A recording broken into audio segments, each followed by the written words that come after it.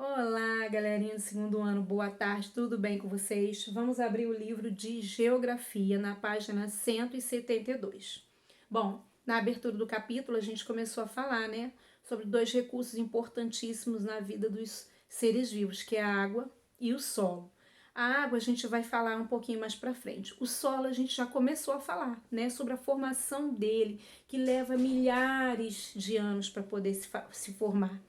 E ele começou a se formar através do quê? Das rochas, que são fragmentadas em pedaços pequenos. Então, a partir daquele momento, daqueles pedacinhos pequenos, outras camadas, de material orgânico vão se formando ali. Então, os estudiosos viram que o solo ele é feito por camadas, certo? E o que acontece? Para cada camada é chamado de horizonte, e para cada horizonte uma letra do alfabeto. Beleza, a gente já estudou a formação do solo. Vimos também que o solo é importante o quê? Na agricultura, para a plantação de alimentos que a gente consome, certo? Vimos também a extração de minérios no interior do solo e vimos também a importância desse solo para a construção, A gente constrói em cima do solo, as casas, as farmácias, os bancos, as lojas, tudo é construído em cima do solo. Os carros passam em cima do solo, então o solo ele fica muito exposto. E se ele fica exposto com as atividades humanas, ele vai sofrer impacto. E é isso que a gente vai falar. Olha lá.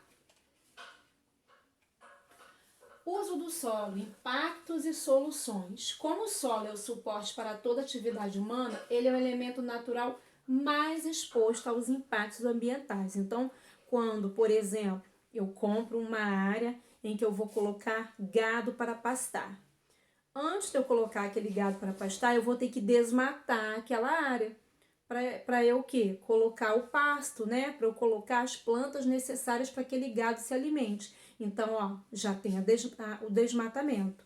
Então, são impactos que vão fazendo com que o solo o quê? Fique pobre de nutrientes, de sais minerais.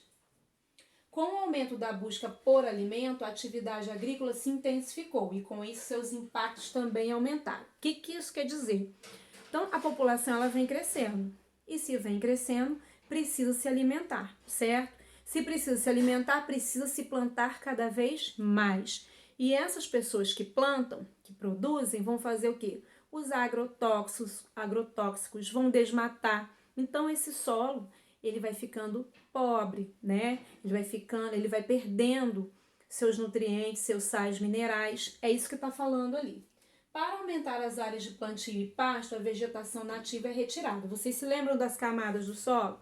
Vocês se lembram que a primeira camada é formada por vegetais? Então, se for montar um pasto naquele lugar, é o que está falando aqui, ali. Aquela área vai ter que ser o quê? Desmatada.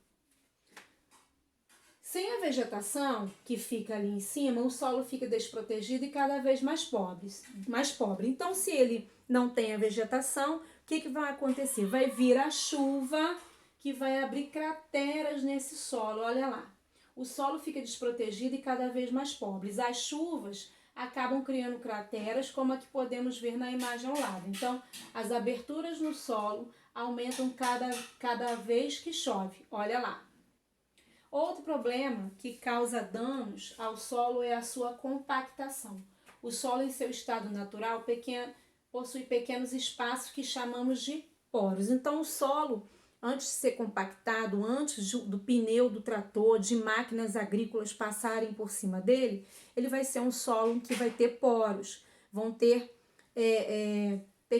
vão ter furos, para passagem da água e do ar ali para que a planta cresça saudável.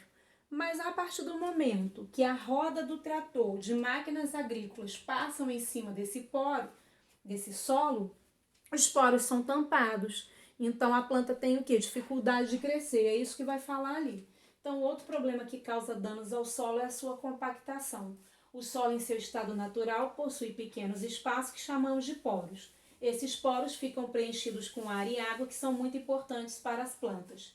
Quando um solo é poroso, quer dizer, ainda não foi compactado, ainda não passou a roda dessas máquinas agrícolas, permite a planta crescer sem dificuldade. Quando um trator ou máquinas agrícolas passam sobre o solo, os poros deixam de existir, por quê? Achatou ali, né? Achatou ali os poros, dificultando o crescimento das plantas. Então, olha lá. Aqui tem um exemplo muito fácil da gente perceber. Aqui é o solo não compactado, ele tem poros, ele tem buracos, né, que vai permitir a passagem do ar e da água, e essa planta vai crescer normalmente. Aqui não, aqui ele já foi compactado, porque passou o pneu do trator ali, então achatou os poros, a planta vai ter dificuldade para crescer. Esse é o solo de uma fazenda. E olha lá, quando o solo é usado de maneira errada, ele perde sua fertilidade.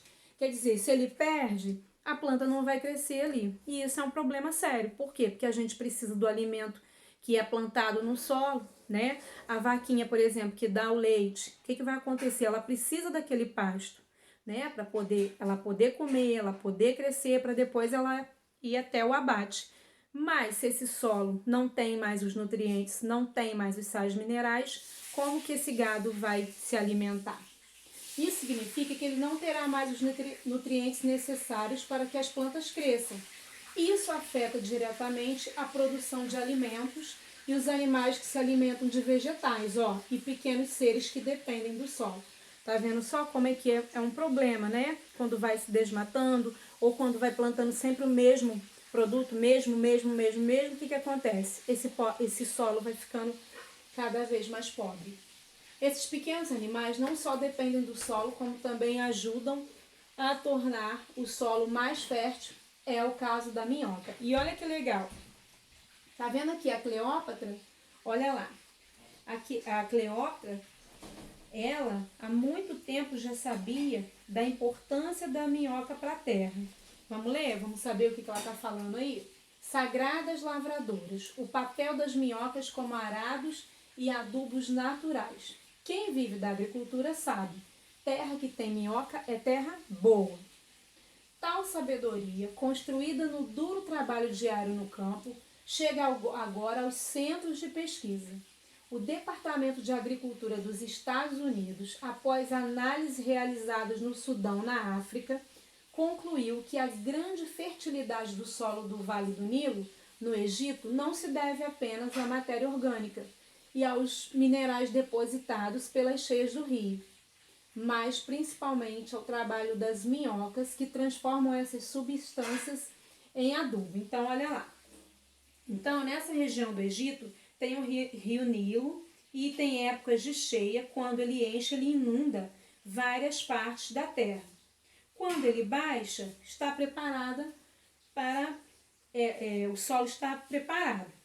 Aí eles achavam, né, antes dessas pesquisas, que só o fato dele encher, isso já estava muito bom para o plantio. Mas aí esses pesquisadores estudaram e viram que não só a chuva, mas também como as minhocas ajudam a deixar esse solo mais fértil. Olha lá, disso a rainha Cleópatra já sabia.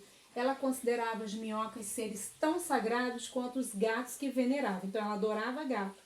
Tanto que baixou um decreto real declarando os animais intocáveis e impedindo sua remoção do solo. Então, minhoca é importante e a Cleópatra fez um decreto proibindo, né, a remoção desses bichinhos do solo.